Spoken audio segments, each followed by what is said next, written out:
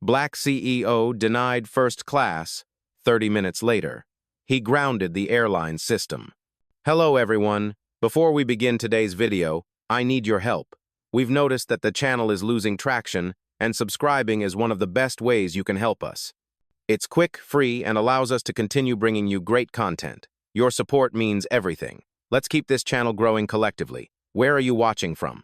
Drop your city or country in the comments below. Thank you very much. Now, let's get back to the story. Remove him. Now. The words hit like a gavel, sharp and merciless, echoing through the quiet luxury of first class. A finger pointed straight at him, the man in the navy suit, seated in 2 amperes. Calm, still, too still.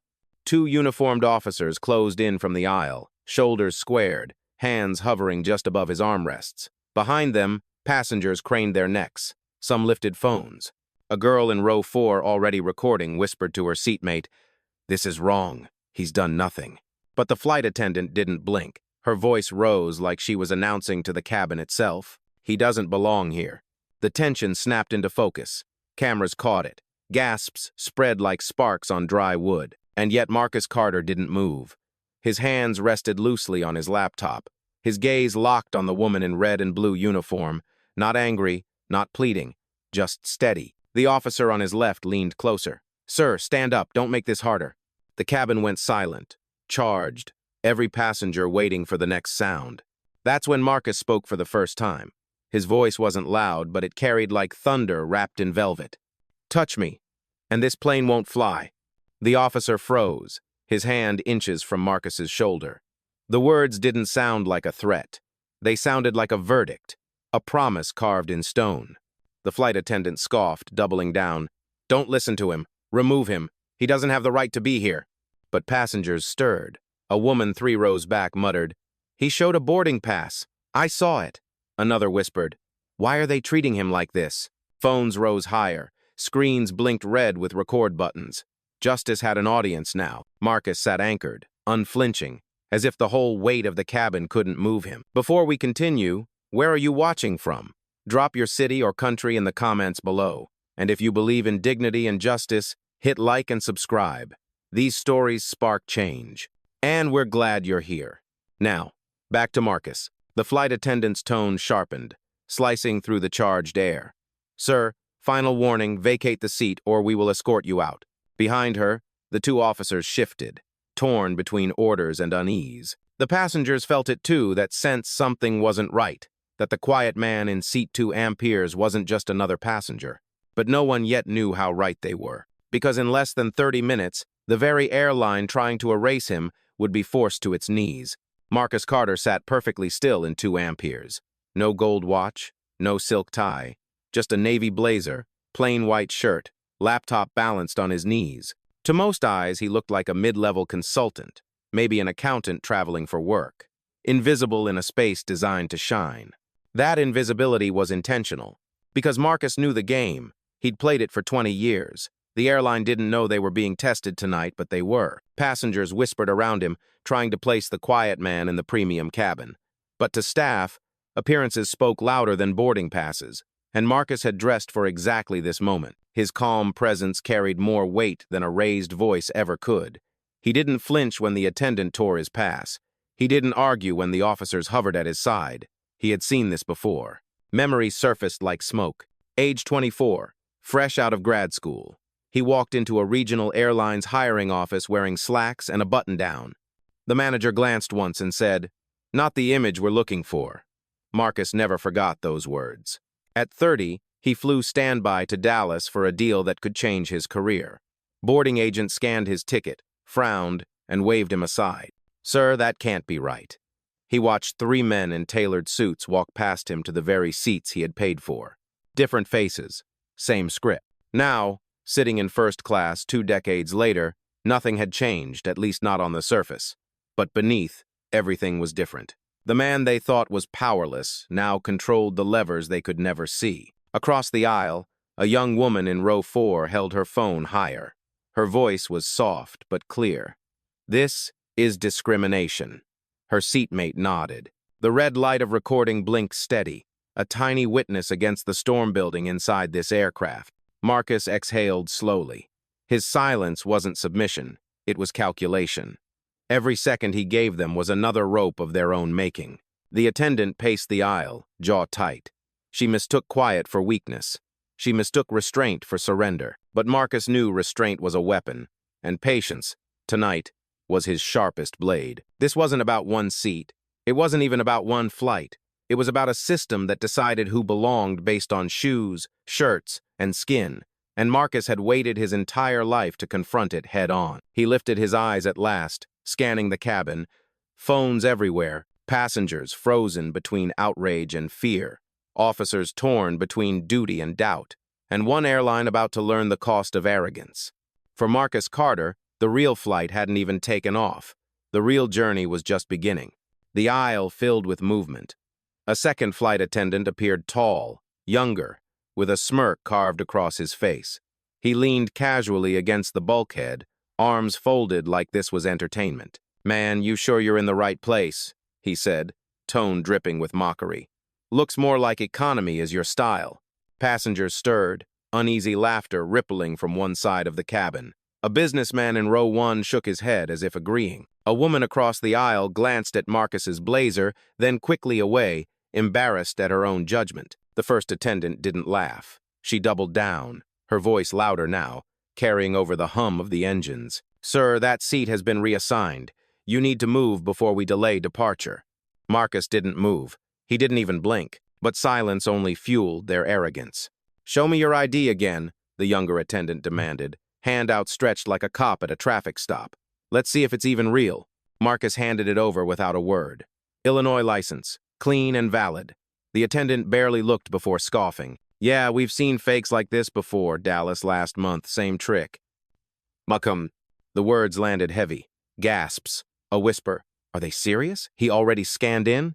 From the cockpit, a new figure entered Captain Daniel Pierce.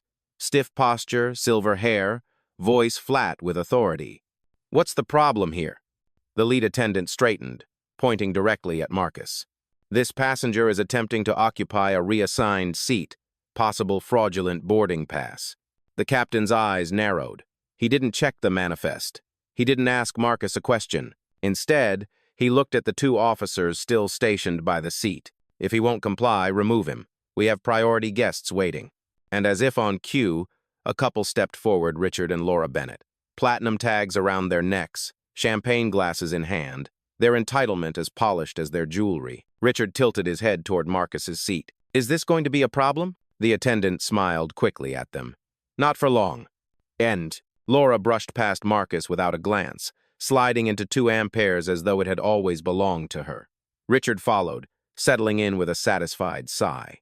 Marcus's seat, stolen in plain sight. The cabin shifted, phones tilted higher.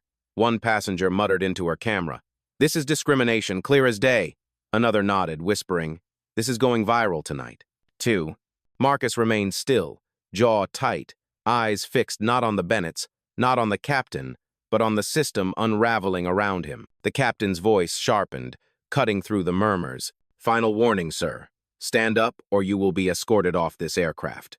Every eye locked on Marcus. The officers moved closer. Pressure built like storm clouds over a runway. He sat calm, steady. But inside, the decision had already been made. This flight crew thought they were in control. They didn't know the countdown had already started. Marcus didn't rise. He didn't flinch. He didn't even look at the couple now sipping champagne in the seat he had paid for. Instead, he drew a slow breath, his chest steady, his gaze anchored on the middle distance like a pilot watching a storm through glass. Silence became its own language. The officers shifted uncomfortably, unsure whether to act. The passengers leaned closer, the weight of stillness pressing down heavier than any argument. Phones caught every second of it, framing the quiet man who refused to be erased. The younger attendant scoffed. "Look at him, won't even defend himself, guilty written all over his face." But Marcus knew better. He knew anger was what they wanted, a raised voice, a clenched fist, anything to prove their prejudice right. He wasn't going to give them that satisfaction. Instead, he let the silence stretch. Let it hum against the luxury cabin walls until it became unbearable. A flash of memory struck age 26, sitting across from a loan officer who sneered at his application.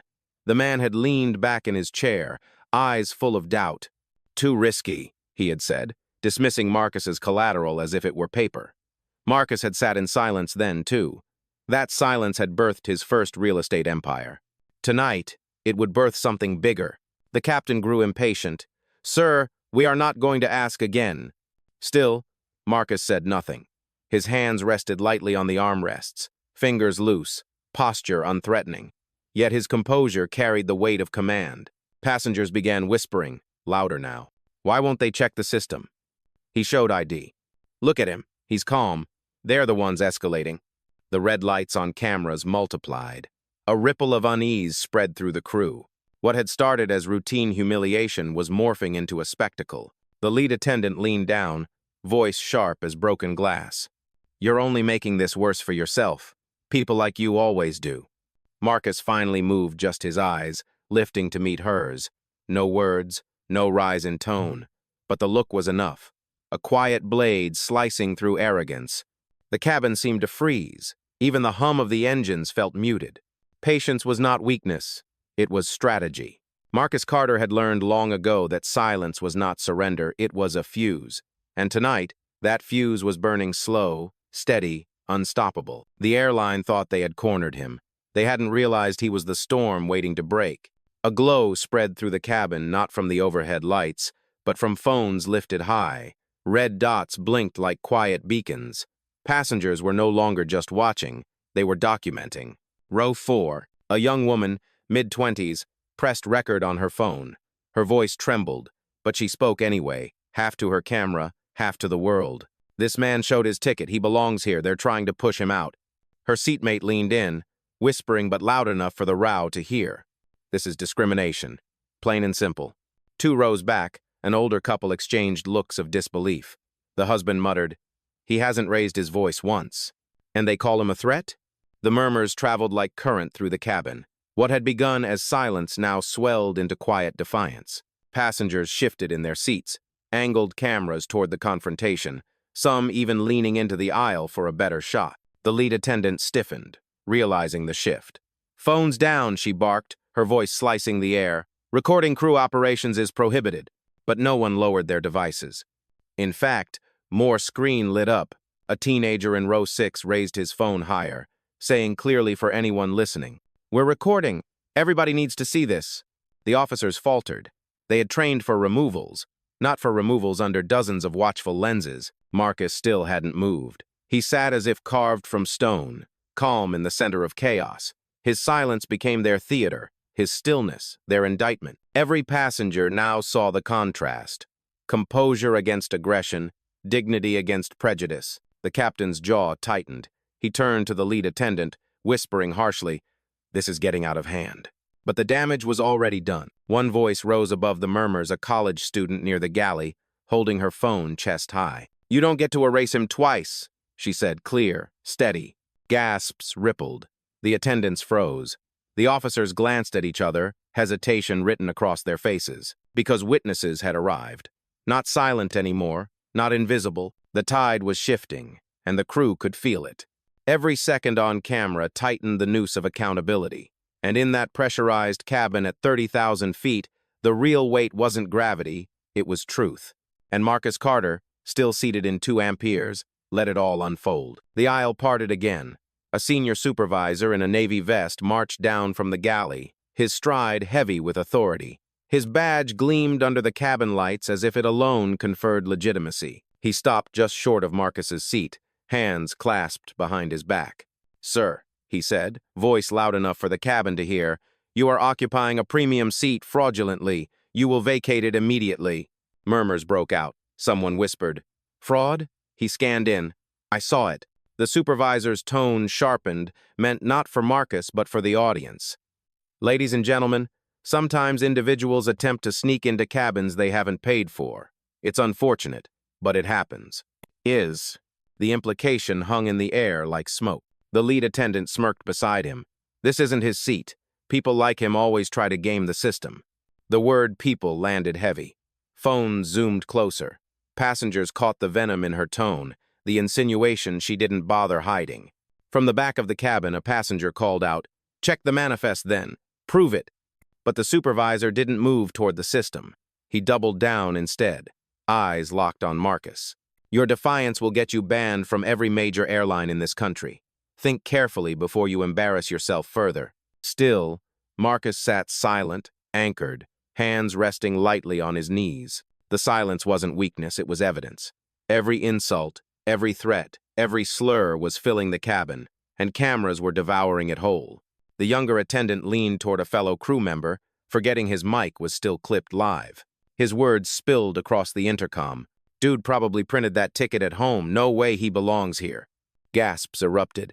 Passengers turned, eyes wide. One woman stood, phone high. I got that. Everyone heard it. The crew stiffened. The supervisor snapped, "Sit down, ma'am, or you'll be removed as well." But the cabin had shifted. No longer passive. Passengers were speaking up, voices louder now. "He has a right to be here. This is outrageous. Stop harassing him." The captain reappeared, frustration etched into every line of his face. He barked orders at the officers. "Remove him before this escalates further." But the escalation had already happened. Dozens of witnesses, phones recording from every angle, passengers leaning into the aisle, their outrage feeding off each other. And in the center, Marcus Carter. Silent, composed, a storm gathering behind calm eyes. The crew thought they were tightening control. In reality, they were tightening the rope around their own authority, and every second of it was live, waiting to explode beyond this cabin. The lead attendant snapped forward, hand outstretched. She snatched the torn boarding pass from the tray table and held it high like a piece of contraband. Then, with a single motion sharp enough to slice the silence, she ripped it in half again. Paper fluttered to the floor like discarded dignity. Gasps rippled through the cabin. One passenger shouted, "He paid for that seat." Another muttered, "This is insane." The supervisor didn't flinch. He raised his chin and announced for everyone to hear, "Sir, you are now subject to a no-fly list investigation. Refusal to comply will result in permanent ban and possible arrest." The words dropped heavy, deliberate, designed to humiliate. The officers stepped closer, gloves creaking as their hands hovered inches above Marcus's shoulder. The taller one leaned in, voice low but carrying enough for nearby rows to catch. "You come quietly or we'll drag you. Your choice." Phones shook as passengers recorded, their disbelief turning to fury. A young man, 3 rows back, stood and yelled, "This is harassment!" A woman beside him added, "He hasn't done a thing!" But the crew ignored them. The lead attendant crouched slightly, her voice slicing at Marcus like a blade. "You hear that? You're done. No seat, no flight, no future in the air. That's what happens when you try to cheat the system." Marcus finally moved, not with anger, not with panic. Just a slow lift of his eyes, locking hers in place, calm, calculated, unshaken. His voice came out low, steady, carrying farther than shouting ever could. "Touch me, and this plane will never leave the ground." The officers froze. Their fingers hung in the air. The words didn't sound like a plea. They sounded like a verdict already delivered. The cabin erupted gasps, murmurs, a chorus of disbelief and support. One passenger whispered to her phone, "You heard him. He's not bluffing." The supervisor scoffed, trying to cover his unease. "Empty threats. Remove him." But the officers hesitated, glancing at each other. Doubt flickered. Phones caught it. Cameras devoured every microsecond of hesitation. The humiliation had peaked, a ticket torn, a man threatened with erasure, and yet, the one they tried to erase sat anchored, immovable. Marcus Carter didn't rise, he didn't resist. He simply existed calm against chaos, dignity against arrogance. The crew thought they had won the battle. They didn't know they had just lost the war. Marcus's hand moved for the first time. Not to push, not to strike, not even to defend.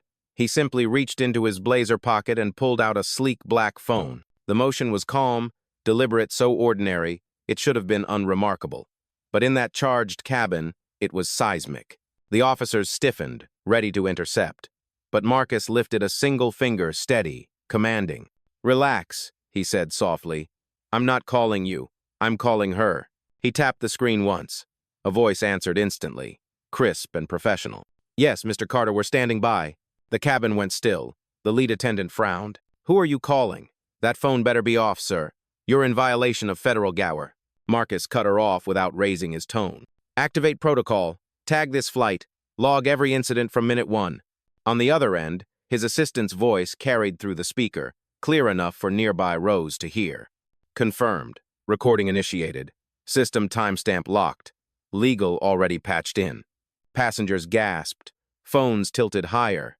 This wasn't the voice of a man bluffing. This was procedure. Prearranged. Corporate. The supervisor barked, "Enough games! Shut that off!" Marcus didn't. Instead, he leaned back, voice steady as stone. "You think I'm powerless here. You think tearing paper makes me disappear. But you've just activated a process you cannot control." His assistant continued, unshaken. "Mr. Carter, do you want me to freeze seat allocations now?" A ripple moved through the cabin. Freeze seat allocations? What did that mean?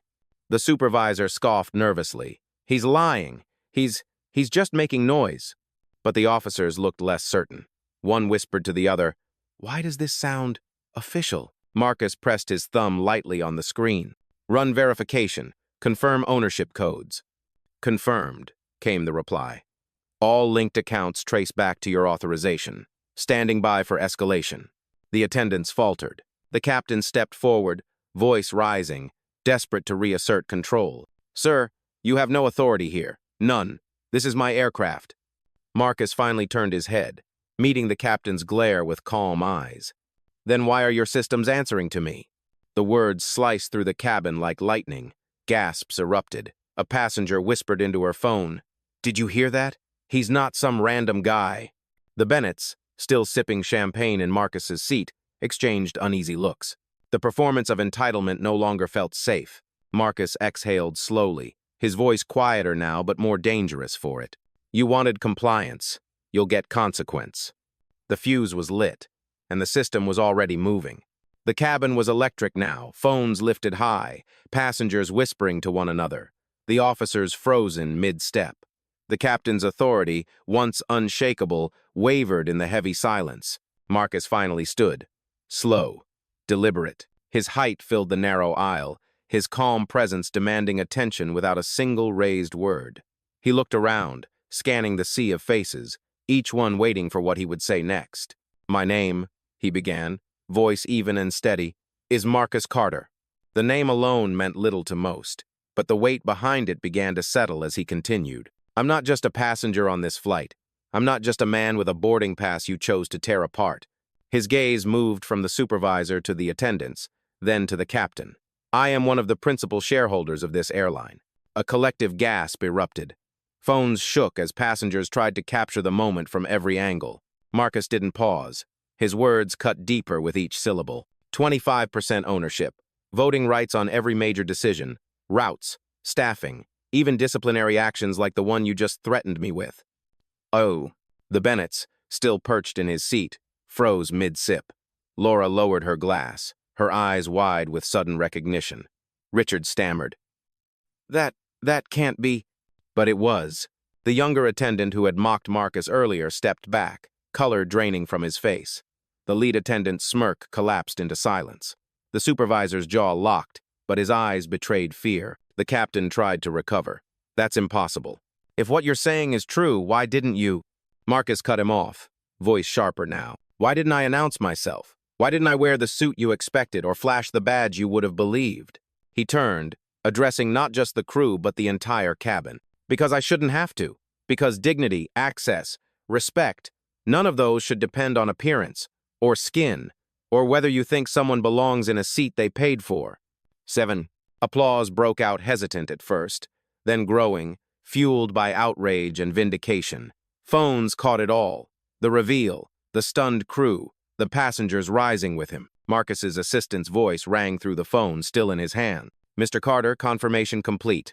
Ownership records verified. We are live across all internal systems." The supervisor looked pale, lips parted like he wanted to speak, but no words came. The officers stepped back, hands dropping from his armrests. Marcus exhaled, shoulders steady, voice lower but sharper than ever. "You thought I was invisible. You mistook silence for weakness. That was your last mistake." The truth had landed, and nothing in that cabin would ever be the same. The reveal detonated like a silent explosion. For a moment, no one moved. The cabin held its breath, suspended in disbelief. Then the ripple spread. The younger attendant stumbled backward, his smirk gone, eyes darting from Marcus to the passenger's cameras trained on him. He whispered, "Oh my God," though the phone mics caught it clearly. The lead attendant's hand trembled, the shredded boarding pass still clutched between her fingers. She dropped it, pieces scattering across the carpet like evidence of her arrogance. Her voice, once sharp as steel, cracked. We didn't know." Marcus didn't look at her. He didn't need to. The silence he offered was heavier than any condemnation. The supervisor's face blanched, jaw working uselessly as if searching for words that wouldn't come. His authority, once ironclad, had dissolved into something brittle and small. He knew it. The passengers knew it too. The captain's composure faltered. His silver hair, his crisp uniform, suddenly they meant nothing. He opened his mouth to speak, but a wave of passenger voices drowned him out. "That's the owner? You humiliated him." He paid for that seat. You just attacked your own boss." Applause erupted, scattered at first, then swelling until the cabin pulsed with it. Dozens of hands clapping, voices rising, a chorus of vindication. Phones shook as passengers captured every second. Richard Bennett's champagne glass rattled against the armrest. Laura shifted uncomfortably in the stolen seat, color draining from her face.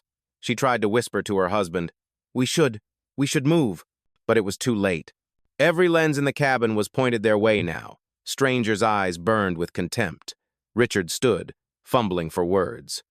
We didn't know." A teenager filming in row 6 cut him off, voice sharp.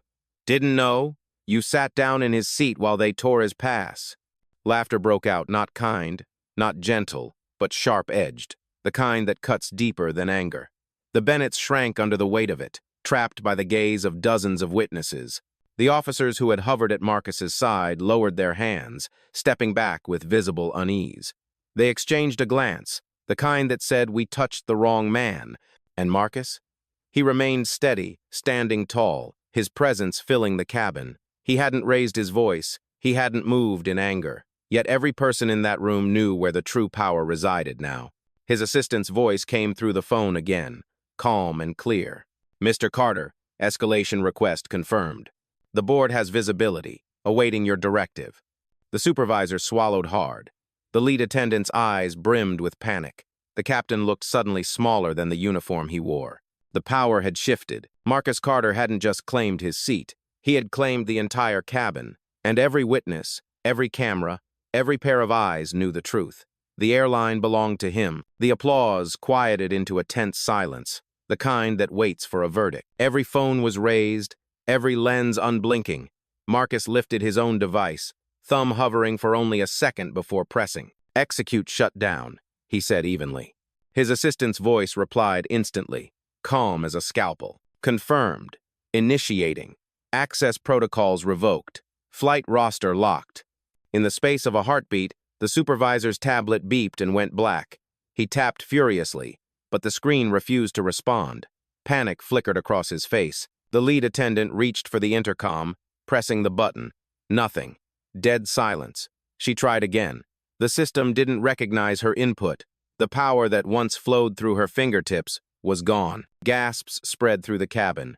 Passengers leaned into the aisle, watching authority dissolve in real time. The captain stormed forward, gripping the handset at the front bulkhead.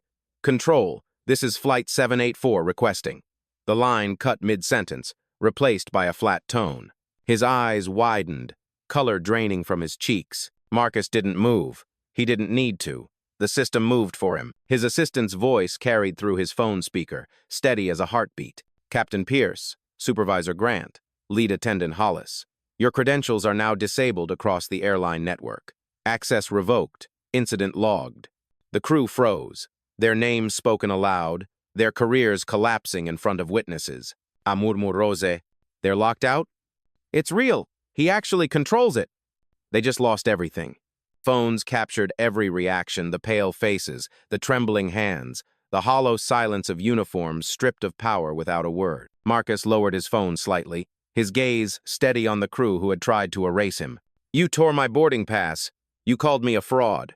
You threatened to erase me from the sky. Tonight, you've erased yourselves." The lead attendant's lips quivered. "Please, we didn't know."